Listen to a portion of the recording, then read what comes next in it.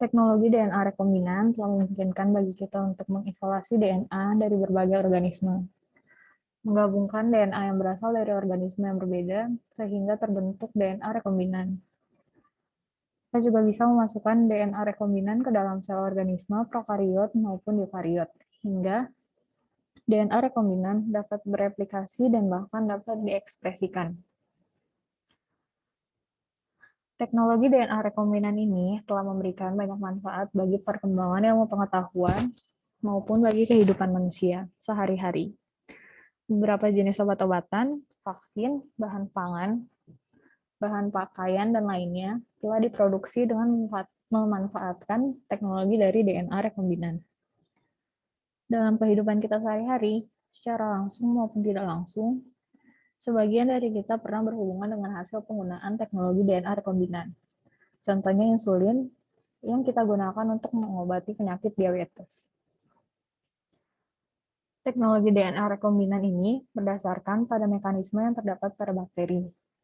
Hasil percobaan Lederberg dan Tatum pada tahun 1946 menunjukkan bahwa bakteri mempunyai mekanisme seksual. Mekanisme seksual pada bakteri ini menyebabkan terbentuknya kombinasi gen-gen yang berasal dari dua sel yang berbeda. Mekanisme seksual pada bakteri ini merupakan pertukaran DNA atau gen dari satu sel ke sel yang lain. Jadi, mekanisme seksual pada bakteri ini tidak bersifat reproduktif atau tidak menghasilkan anak. Transfer DNA atau perpindahan DNA ke dalam bakteri dapat melalui 3 cara, yaitu konjugasi, transformasi, dan transduksi. Konjugasi merupakan perpindahan DNA dari satu sel ke dalam sel bakteri lainnya melalui kontak fisik antara kedua sel. Transformasi merupakan pengambilan DNA oleh bakteri dari lingkungan di sekelilingnya. Transduksi adalah cara pemindahan DNA dari satu sel ke dalam sel lainnya melalui perantaraan fag. DNA yang masuk ke dalam sel bakteri selanjutnya dapat berintegrasi dengan DNA atau kromosom bakteri sehingga terbentuk kromosom rekombinan.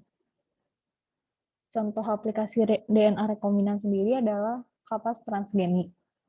Kapas transgenik pernah ramai dibicarakan pada awal abad 21. Salah satu kapas transgenik adalah kapas BT. Tanaman kapas BT telah mengandung gen penyambi toksin yang berasal dari bakteri Bacillus thuringiensis.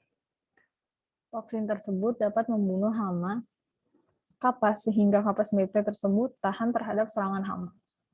Bakteri penghasil insulin dan tanaman kapas BT tersebut merupakan sebagian dari hasil rekayasa yang dilakukan manusia terhadap makhluk hidup dengan menggunakan teknologi DNA rekombinan.